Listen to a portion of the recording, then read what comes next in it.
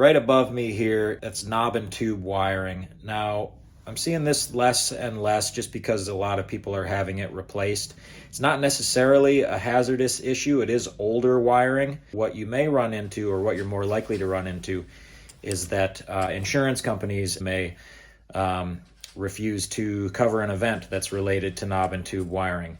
So it's a good thing to know about ahead of time, especially if you're purchasing a home and this may hold up your purchase, or it may lead you to scramble to find a new insurance company. You may end up calling 15, 20 companies before you find someone to work with you. It's a good idea to bring an electrician and try to find out what's active, what's not, what's hidden behind finished surfaces. You may have a lot of it behind walls. You may have some of it overhead behind finished surfaces in the ceilings.